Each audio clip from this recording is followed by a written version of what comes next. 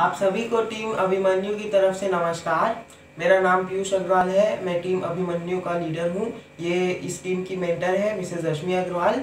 और आज हम आपको एक गेम के बारे में बताने जा रहे हैं जिसका नाम है ज्ञान 25। इसको हम छत्तीसगढ़ी में त्री चौपा भी बोलते हैं और इंग्लिश में नॉलेज बोर्ड भी बोलते हैं।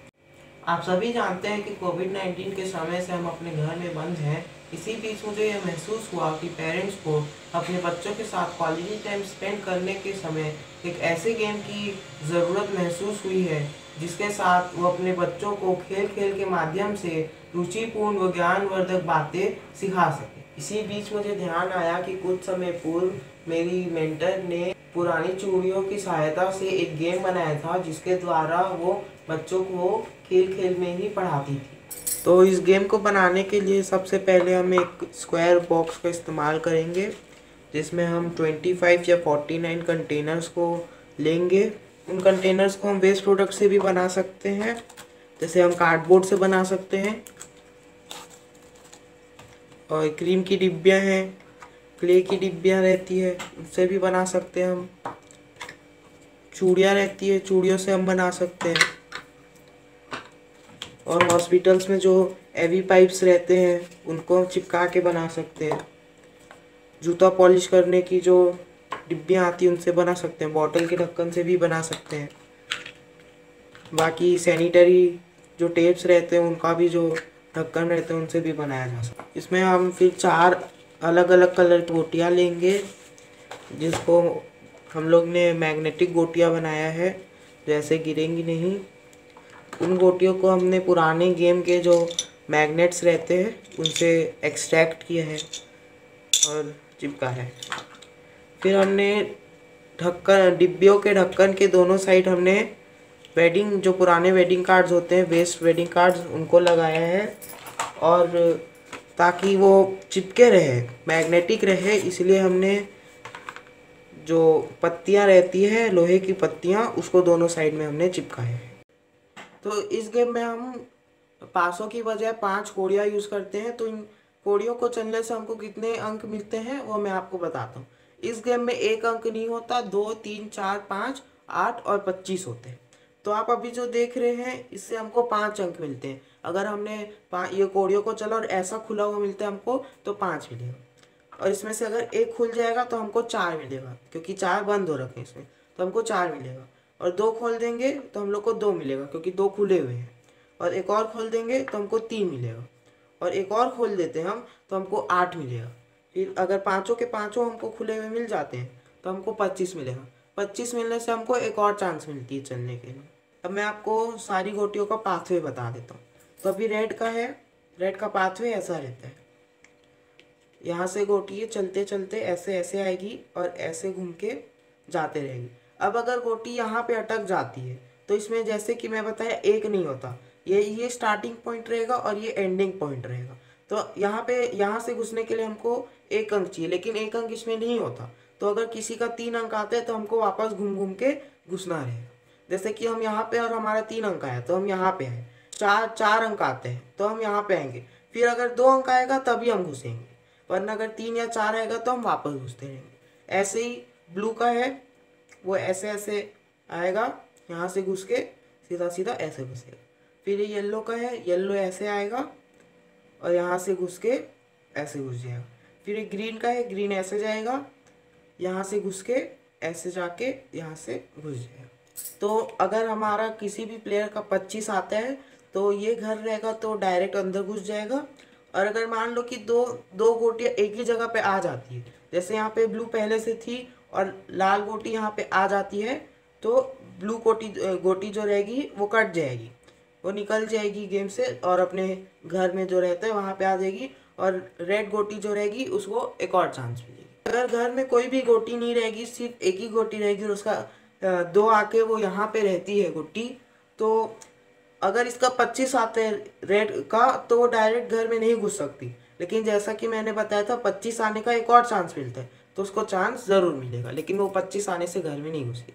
तो इस गेम में मिनिमम 2 प्लेयर्स रह सकते हैं और मैक्सिमम में हम कितने भी ले सकते हैं, लेकिन एज ए टीम में लेंगे। तो इस गेम को अब हम टीम में कैसे खेलते हैं, तो मान लीजिए कोई गोटी अगर इस पीले वाले में आती है तो हम उसको खोलेंगे और उसके अंदर कोई क्वेश्चन जो रहेगा उसका सही उत्तर उसको देना होगा। अगर वो गलत उत्तर देता है तो वो आउट हो जाएगा और उसके बदले कोई दूसरा प्लेयर रहेगा, उसी टीम का दूसरा प्लेयर आएगा, और अगर उसने सही उत्तर देता है तो गेम में बना रहेगा।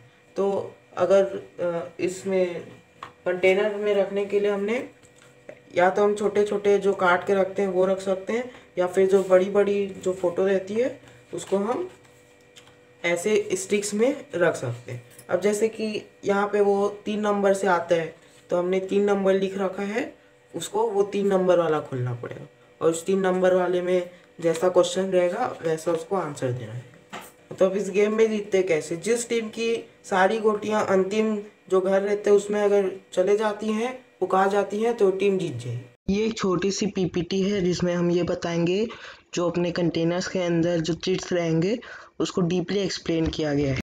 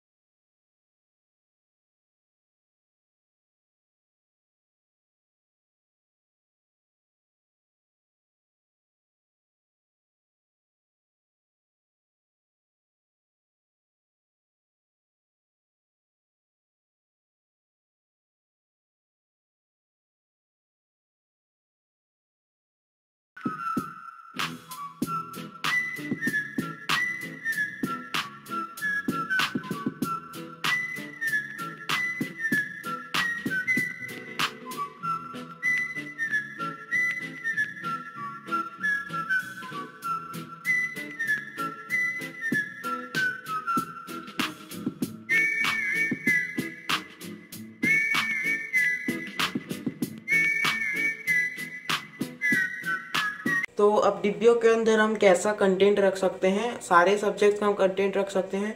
तो वो उसका मैं एग्जांपल देता हूँ। जैसे अभी हम मैथ्स पढ़ा रहे हैं तो उसमें हम कैसा कंटेंट रख सकते हैं। तो मैथ्स में हम किसी भी नंबर का हम लोग नंबर नेम पूछ सकते हैं। Number name, addition, subtraction, division, multiplication पूछ सकते हैं। असेंडिंग ऑर्डर, डिसेंडिंग ऑर्डर पूछ सकते हैं। फिर उसके बाद ये रुपए पैसे हैं। रुपए पैसे को हम काउंटिंग का बता सकते हैं। नोट्स वोट सिक्के के रहते हैं। फिर ये काउंटिंग्स के लिए रहता है, गिनती रहती है, जैसे इसमें कितनी बॉल्स है वो गिन के बताएं, ऐसा टाइप। और हम इसमें शेप्स का भी बता सकते हैं, अलग अलग टाइप के शेप्स दिए हुए हैं। यहाँ पे फ्रैक्शंस भी दिए हुए हैं। फिर हम सिमेट्री पूछ सकते हैं सिमेट्री करने के लिए, और यहाँ पे स्क्वायर रूट और स्क्वायर्स भी पूछ सकते हैं। अब जैसे मैथ्स के बाद हमको हिंदी पढ़ाना है तो हम हिंदी कैसे पढ़ा सकते हैं। तो इसमें अक्षर दिए रहेंगे, हम पूछ सकते हैं कि कौन सा अक्षर है। हम उन अक्षरों से शब्द, कौन सा शब्द बना सकते हैं वो शब्द पूछ सकते हैं। अब जैसे डिसेबल्ड बच्चे रहते हैं, स्पेशली जो ब्लाइंड अंधे बच्चे रहते हैं और जिनको हम ब्रेल लिपि नहीं सिखा सकते, उन बच्चों के लिए हम उनसे टच करने के लिए बोल सकते हैं, दरदरा है ये, तो टच करके वो महसूस करके बता सकते हैं कि कौन सा शब्द है। इसमें हम जैसे ये यही शब्द हो गया, तो एक जो फिजिकली फिट बच्चा रहेगा वो देख के बता सकता है कि खुशी है करके, और जो अंधा बच्चा रहेगा वो आराम से छू छू के महसूस करके बता सकते हैं कि ये खुशी है। अब ये जैसे ठप शब्द हो गया, तो ये जितना भी है हम स्पेशली ये स्लो लर्नर्स और डिसेबल्ड बच्चों के लिए बनाया गया है, और ये कम्प्लीटली वेस्ट प्रोडक्ट से बनाया गया है। जैसे आप इसी को देख लीजिए, यहाँ पे ग्लिटर्स है, और ये पुट्ठा या फिर वेडिंग कार्ड्स जो रहते हैं, वेज वेडिंग कार्ड्स, और ये आइसक्रीम स्टिक्स रहती है, ये पूरा उन्हीं चीज़ों से बना है। और ये रुई रहती है, वूल जो रहते हैं उसको लपेट लपेट के बनाए हैं। वैसे ही हम इंग्लिश में भी कर सकते हैं, एग्जांपल दे सकते हैं। जैसे ये हम वर्ड फॉर्मेशंस, इंग्लिश में वर्ड फॉर्मेशंस हो गया, कौन सा वर्ड है वो भी बता सकते हैं इससे। फिर ये जानवरों पक्षी वक्षी के लिए वो कहाँ पे रहते हैं, हम वो पूछ सकते हैं बच्चों से। फिर ये एक्शन वर्ड्स और ये प्रीपोजिशंस जो है हम वो बता सकते हैं, एक्शन वर्ड्स और प्रीपोजिशंस। ये एक सिर्फ और सिर्फ सैम्पल है। फिर ये जेंडर है, जेंडर और उनके यंग वंस हम वो पूछ सकते हैं बच्चों से। इसी तरह हम डेली यूजेस का जो रहता है सामान वामान, उसको इंग्लिश में क्या बोलते हैं, फ्रूट्स वेजिटेबल्स जो रहते हैं उनको क्या बोलते हैं वो पूछ सकते हैं बच्चों से। इसी तरह हम पूरी जो एक पिक्चर बुक होती है पूरा हम उसको आराम से बच्चों से पढ़वा सकते हैं। हम इसी तरह से जनरल नॉलेज के जो क्वेश्चंस रहते हैं हम वो ले सकते हैं, और जो सरकार के स्कीम्स और हेल्पलाइन नंबर्स रहते हैं वो ले सकते हैं, काट काट के हम डिब्बियों में भर सकते हैं। और ये ट्रैफिक सिग्नल्स जो रहते हैं बच्चों को बुक से पढ़ाते हैं तो बच्चे जल्दी नहीं सीखते, इसमें बच्चे बहुत जल्दी सीखेंगे। हम ऐसे ही काट के कंटेनर्स में रखेंगे। इसी तरह से हम जो अपने हेल्पर्स रहते हैं, टेलर, बार्बर, पोस्टमैन, नर्स और जो रहते हैं हम वो भी काट काट के रख सकते हैं और बच्चों से पूछ सकते हैं। फिर जो नेशनल एनिमल एम्बलम्स फ्लैग वगैरह जो रहते हैं हम वो भी पूछ सकते हैं बच्चों से। अब ऐसे ही हम जो अपने डेली के हेल्पर्स रहते हैं, टेलर्स, बार्बर्स, हम बच्चों को वो सिखा सकते हैं, उनका स्पेलिंग सिखा सकते हैं, काम वाम सिखा सकते हैं। फिर नेशनल एम्बलम, नेशनल एनिमल्स हम सिखा सकते हैं उनको। फिर जो अपने फेस्टिवल्स रहते हैं इंडियन फेस्टिवल्स हम वो सिखा सकते हैं। इसी तरीके से हम पूरी बुक्स में जितना भी दिया रहता है वो हम सिखा सकते हैं। इसी तरह से हम बच्चों को गुड हैबिट्स और बैड हैबिट्स भी सिखा सकते हैं।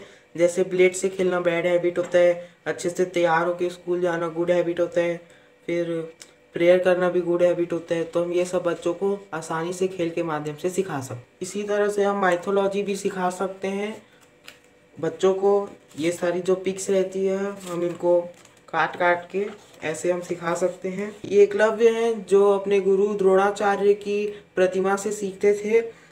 ये धनुर्विद्या में बहुत निपुण थे। तो द्रोणाचार्य जी ने गुरु दक्षिणा के रूप में इनका अंगूठा मांगा था ताकि अर्जुन से आगे ना निकले धनुर्विद्या में, तो इन्होंने अपना अंगूठा काट के दे दिया था गुरु दक्षिणा के रूप में। ये विक्रमादित्य और बेताल हैं। ये विक्रमादित्य का सिंहासन है। ये 5 पांडव हैं। ये दानवीर कर्ण हैं जो इंद्र जी को अपना कंडूल और कवच दे दिए थे। ये चाणक्य जी हैं। इसी तरीके से हम बच्चों को वाहन और ये बता सकते कि हमें जानवरों को किस तरीके क्यों पूजना चाहिए। ये ऐरावत है इंद्र जी का वाहन। ये रंदी है शिव जी की वाहन। ये भैंसा यमराज का वाहन। ये कामधेनु जो सारी इच्छाएं पूरी करती है। ये गरुड़ विष्णु जी का वाहन। ये मूषक गणेश जी का वाहन। ये हंस सरस्वती जी का वाहन। उल्लू लक्ष्मी जी का वाहन। इस तरीके से हम बच्चों को मेन माइथोलॉजिकल इवेंट्स बता सकते हैं। जैसे रावण वध बता सकते हैं, एकलव्य की गुरु दक्षिणा बता सकते हैं, हरिश्चंद्र जी की सत्यवादिता बता सकते हैं, अभिमन्यु की वीरता बता सकते हैं, राम जी और उनके पुत्र बता सकते हैं, कर्ण वध बता सकते हैं।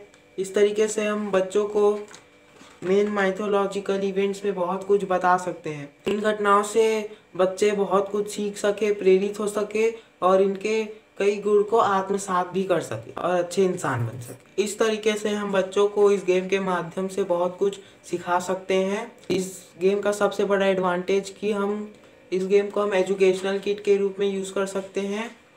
ये सभी एज ग्रुप के बच्चे खेल सकते हैं, नहीं सभी एज ग्रुप के लोग खेल सकते हैं। पेरेंट्स के साथ साथ टीचर्स भी इसे यूज़ कर सकते हैं और ये कम्प्लीटली वेस्ट मटेरियल से बना हुआ है। और easy to carry. Hello guys, इस तरह मेरे टीम लीडर पीयूष अग्रवाल ने आपको इस गेम के बारे में बहुत कुछ बताया, कैसे हम इस गेम को किसी भी टॉपिक में, किसी भी कंटेंट में कस्टमाइज कर सकते हैं।